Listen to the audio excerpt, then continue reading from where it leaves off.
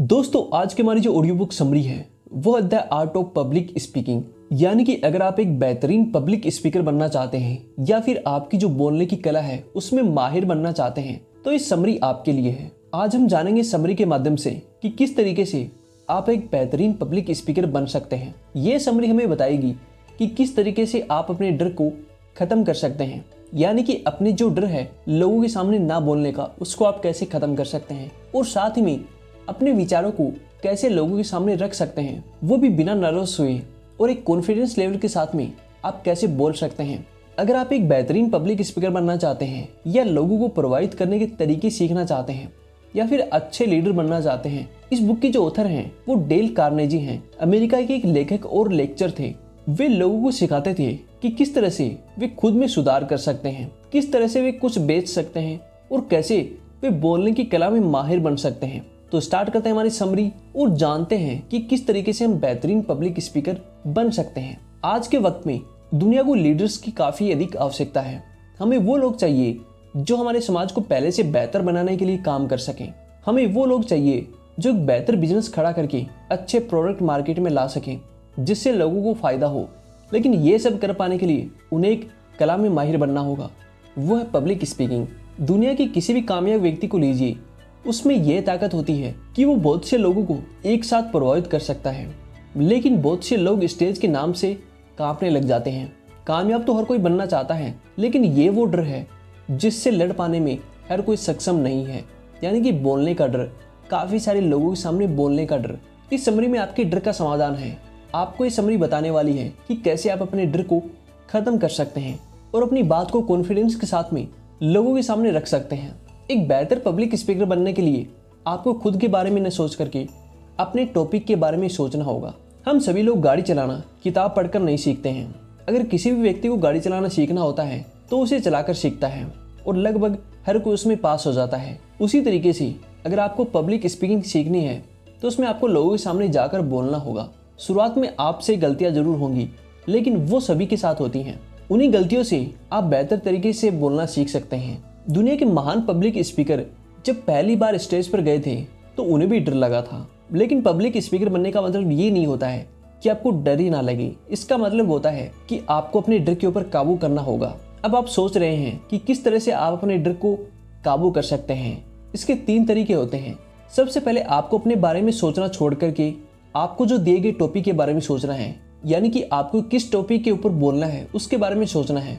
बहुत से लोग स्टेज पर जाते ही ये सोचने लगते हैं कि लोग उनके बारे में क्या सोच रहे हैं या फिर कहीं भी दिखने में कुछ खराब तो नहीं लग रहे। आप ये सब ना सोच करके अपने जो मैसेज है उसके ऊपर ध्यान दीजिए, यानी कि आपको क्या बोलना है उसके ऊपर आपको ध्यान देना है। इसके बाद आप अपनी बात को पहले से तैयार करके ले जाइए। बहुत से लोग बिना तैयारी के स्टेज पर चले जाते हैं और वहां जाकर वो भूल जाते हैं कि उन्हें बोलना क्या है, उन्हें जो बोलना था वो क्या था। इस तरह से वे और घबराने लगते हैं। इसलिए हमेशा अपनी स्पीच को याद करके और प्रैक्टिस करके ले जाइए। इसके बाद अंत में जब आप बोलने के लिए जाएंगे तो ये उम्मीद कीजिए कि आप असल में बोलने में कामयाब होंगे। अपनी विनम्रता को बनाए रखिए। अपने डर को बगल में रख करके एक खुले दिमाग के साथ बोलिए। शुरुआत में सभी खराब करते हैं बोलने में, लेकिन कुछ वक्त तक प्रैक्टिस कर लेने के बाद बहुत ही सारे लोग अच्छा बोलने लगते हैं। एक टोन में ना बोल करके अपनी बात के जो जरूरी शब्द हैं उनके ऊपर जोर दीजिए। गाना सुनते वक्त आपने देखा होगा कि उस गाने में अलग अलग जो धुन है उनका इस्तेमाल होता है। जरा सोचिए आपको जो मनपसंद गाना है सुनने में कैसा लगता है अगर उसमें सिर्फ एक ही प्रकार की धुन का इस्तेमाल होता और गाने वाला सिर्फ एक ही टोन में गाना गाता। किसी भी चीज की अगर पूरी तरीके से सिर्फ एक ही खूबी दिखाई जाए तो वो चीज खूबसूरत नहीं होती है। सोचिए अगर दुनिया में सिर्फ एक ही रंग होता तो क्या दुनिया हमको खूबसूरत लगती? बिल्कुल भी नहीं। अगर दुनिया सिर्फ व्हाइट कलर की होती, आपके आसपास जो भी दुनिया है, जो भी वातावरण है, सारा अगर व्हाइट हो जाए तो क्या आपको अच्छा लगता? बिल्कुल भी नहीं लगता।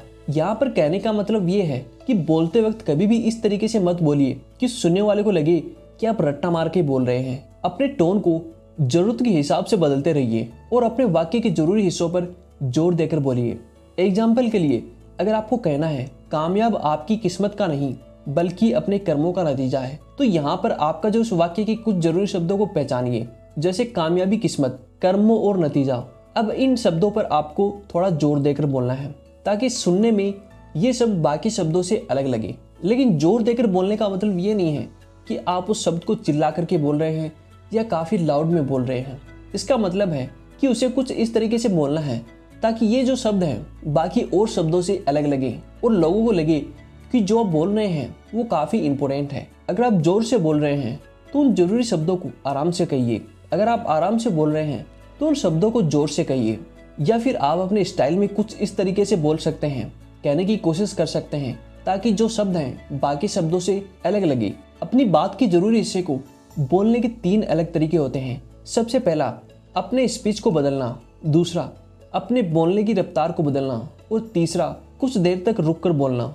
जब हम कुछ मज़ेदार बात बता रहे होते हैं तो हमें तेज बोलते हैं, और जब कुछ खूबसूरत लम्हों की बात करते हैं तो हम आराम से बोलते हैं। इससे हमारे जो टोन है वो अलग हो जाते हैं।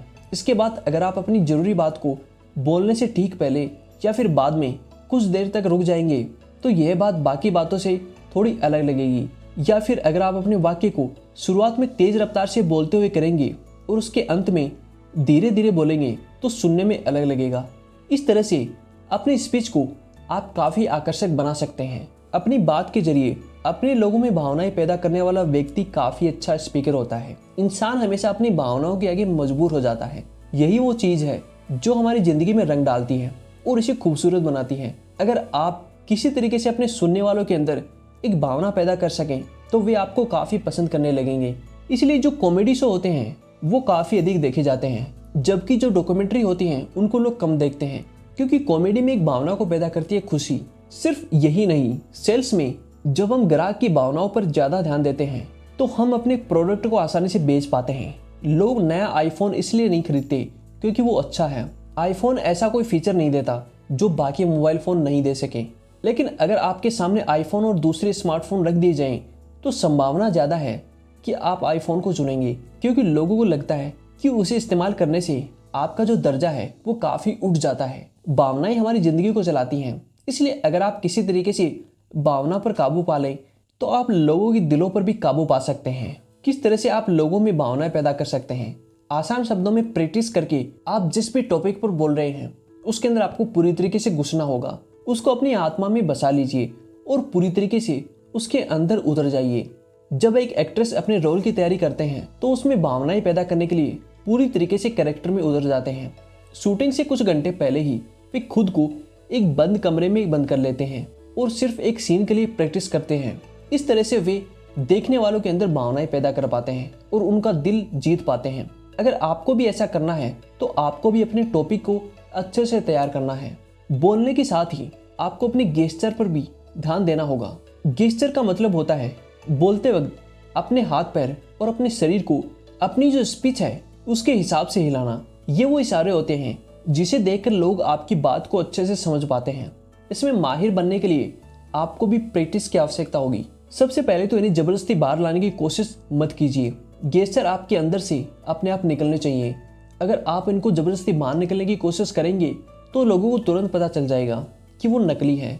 लेकिन इसका मतलब ये नहीं है कि आप उसकी प्रैक्टिस नहीं कर सकते। गेस्चर को बेहतर बनाने के लिए आप उसे बार बार प्रैक्टिस कर सकते हैं। ये जरूरी नहीं है कि आप हर एक गेस्चर को एक ही तरीके से प्रैक्टिस करें और हर बार उसी तरीके से इस्तेमाल करेंगे। कभी कभी ये संभव नहीं होता। ये आपके अंदर से समय समय पर अपने आप निकलने चाहिए। अगर आप एक होनहार स्पीकर को एक ही स्पीच 2 बार देते हुए सुनते हैं तो आप देखेंगे कि उसका जो गेस्चर है वो भी हर बार बदलता रहता है। इसके बाद आपको ध्यान देना होगा कि आपके अंदर जो गेस्चर निकलते हैं वो आपकी स्पीच और आपके टोन के साथ मैच खा रहे हैं या फिर नहीं। बहुत बार हम ऐसे गेस्चर कर देते हैं जो बहुत खराब लगते हैं। इसलिए आप शीशे में देख करके उनकी प्रैक्टिस कर सकते हैं। आप ये देखिए कौन से गेस्चर आपके लिए अच्छे लग रहे हैं, किसे सुधारा जा सकता है और किसे आपको निकालने की आवश्यकता है। समय के साथ में आपको इसकी आदत पड़ जाएगी और आप इसे और बेहतर तरीके से कर पाएंगे। यहाँ पर सबसे जरूरी बात यह है कि गेस्चर आपके अंदर से नेचुरल तरीके से निकलने चाहिए। नकली गेस्चर का इस्तेमाल करना बिल्कुल वैसा ही है जैसा बगीचे में सूखे हुए पौधों का होना। आप इसकी जितनी अधिक प्रैक्टिस करेंगे आपके लिए ये उतना ही आसान हो जाएगा। इसके अलावा बहुत ज़्यादा गेस्चर करने से लोगों का ध्यान भटकने लगता है। याद रखिए, आप अपने हाथों या फिर अपने शरीर को हद से ज़्यादा मत हिलाइए। साथ ही अपने चेहरे के हाव भाव पर भी आपको ध्यान देना है। अपनी आवाज़ को अच्छा बनाने के लिए अपने गले और फेफड़ों का ख्याल रखिए। जब हम बोलते हैं तो हमारे फेफड़ों से हवा हमारे गले तक जाती है जिससे कि आवाज़ बाहर निकलती है। दूसरे शब्दों में, जब हम बोलते हैं तो हमारे फेफड़ों पर प्रेशर पड़ता है और ज़्यादा जोर से काफ़ी देर तक बोलने से सीने में दर्द हो सकता है। इसलिए ये ज़रूरी है कि आप अपने फेफड़ों और अपनी सेहत का भी ख्याल आपको रखना है। जो ऑथर हैं वो एक ऐसे पब्लिक स्पीकर को जानते थे जो बोलने की प्रैक्टिस भागते हुए करता था। इससे उसके फेफड़ों पर ज़्यादा हवा भर जाती थी और उसकी कसरत होती थी, जिससे कि स्टेज पर वो लंबे समय तक बोल पाता था। आप चाहें तो ये तरीका अपना सकते हैं या फिर आप दूसरे तरीके से एक्सरसाइज कर सकते हैं, जो कि मैं आपको आगे बताने वाला हूँ। सबसे पहले अपने हाथों को अपने कमर पर रखिए और एक हाथ की उंगली को दूसरे हाथ की उंगली से छूने की कोशिश कीजिए। इससे आप अपने फेफड़ों को दबा रहे हैं, जिससे कि सारी हवा बाहर निकल रही है। इसके बाद अपने कंधों को ऊपर उठाइए, बिना सांस अंदर खींचिए। इसे बार बार आपको दोहराना है। फेफड़ों के अलावा आपका जो गला है अच्छे से बोल पाने के लिए बहुत ज़रूरी होता है। इसकी कसरत करने के लिए अपनी गर्दन को फिक्स करके अपनी सीने को लेफ्ट और राइट में दोनों तरफ घुमाइए। ऐसा करते वक्त अपने सिर को आगे की तरफ आपको झुकाना है। इससे आपका जो गला है उसको राहत मिलेगी। गले को खोलने के लिए आप अपने मुंह को खोलिए और उसे पूरी तरीके से खुला रख करके बोलने की कोशिश करें। इससे आपकी जो आवाज़ है उसकी क्वालिटी काफ़ी अच्छी हो जाएगी। लेकिन आवाज़ अच्छी होने का मतलब सिर्फ ये नहीं है कि वो तेज हो, इसका मतलब ये भी है कि वो साफ हो और स्टेज के पीछे जो लोग बैठे हैं आपकी आवाज़ को अच्छे से और साफ साफ सुन पाएं। अगर आपकी आवाज़ साफ होगी तो आपके फुसफुसाने पर भी लोग आपको अच्छे से समझ पाएंगे। ऐसा कर पाने के लिए आपको अपने हाथ को अपने मुंह के पास लगाइए और शब्दों को जोर से बोलिए। अगर ऐसा करेंगे तो आपकी जो आवाज़ है काफ़ी अच्छी हो जाएगी। अपने सुनने वालों को एक भीड़ में इकट्ठा कीजिए ताकि आप अपनी बात को लोगों तक अच्छे से पहुंचा सकें। क्या आपने कभी ये देखा है कि एक सेमिनार में पहले एक व्यक्ति ताली बजाता है और फिर सारे लोग अचानक से तालियां बजाने लगते हैं? क्या आपके साथ भी ये हुआ है कि आपके जो ग्रुप है सारे लोग अचानक से ऊपर देखने लगते हैं और आप भी उस वक्त ऊपर देखने लगते हैं? इंसानों की इस खूबी को कॉन्टेजियन कहते हैं, जिसका हिंदी में मतलब होता है एक व्यक्ति के विचार या रोग का दूसरे व्यक्तियों तक पहुंचाना। इसका आसान भाषा में मतलब होता है एक चीज का फैलाव। इसका मतलब ये है कि अगर आप अपने सुनने वालों को एक भीड़ में इकट्ठा कर लेंगे तो आपको अपने विचारों को उन तक पहुंचाने में आसानी होगी। और भीड़ में जो विचार होते हैं काफी तेजी से फैलते हैं। अगर एक भीड़ में एक व्यक्ति अचानक से चिल्लाने लगे कि भागो भागो, तो सारे लोग भाग जाएंगे। अगर आप चाहते हैं कि सारे लोग आपके विचारों को अच्छे से सुने तो उन्हें अलग मत बैठाइए, यानी कि जो भी लोग हैं उनको एक जगह इकट्ठा करें और उनके बाद में अपने विचारों को उनके सामने रखें, जिससे कि आपके जो विचार हैं उन तक काफ़ी आसानी से पहुंच पाएंगे। अपने बहस करने की ताकत को बढ़ाइए। बहुत बार हम कुछ ऐसी बातें बोल देते हैं जिसे साबित कर पाने में हमें परेशानी होती है। कभी कभी हम अपनी राय देने लगते हैं तो बहुत से लोग उस राय को नहीं मानते हैं। इसलिए ये काफ़ी ज़रूरी है कि जो आप बोल रहे हैं उसे साबित करने की जो ताकत है वो भी आपके पास होनी चाहिए, वरना आपकी कही गई बात को आपके खिलाफ इस्तेमाल किया जा सकता है। साथ ही अगर आप अपनी बात को साबित नहीं कर पाएंगे तो लोग आप पर भरोसा नहीं करेंगे। इसके अलावा अगर आपकी किसी के साथ में बहस हो जाती है तो आपको अपनी बात का जवाब देना आना चाहिए, यानी कि अपनी बात को साबित करना और दूसरों से बहस करना, ये दोनों काफ़ी ज़रूरी हैं। इसलिए आपको ये भी सीखना होगा कि किस तरह से आप अपनी बात को सही साबित कर सकते हैं और ये भी सीखना होगा कि किस तरह से आप अपने विरोधियों की बात को गलत साबित कर सकें, यानी कि आप जो भी बात बोल रहे हैं उसको आपको साबित भी करना है। अगर उस बात को आप साबित नहीं कर पाते हैं तो लोग आपके ऊपर भरोसा नहीं करेंगे और आपकी जो बात है उसको कोई भी लोग सीरियसली नहीं लेंगे। इसलिए आपकी जो बात है उसको एक प्रभावशाली तरीके से बोले और ऐसा बोले कि लोगों को लगे कि आप जो बोल रहे हैं वो सही है। तो दोस्तों, उम्मीद करता हूँ कि इस समरी आपको पसंद आई होगी। इसका पार्ट 2 भी आगे मैं काफ़ी जल्दी लाने वाला हूँ। पार्ट 2 में हम आगे जो लेसन है उनको जानने वाले हैं और उम्मीद करता हूँ कि समरी से आपने काफ़ी कुछ सीखा होगा।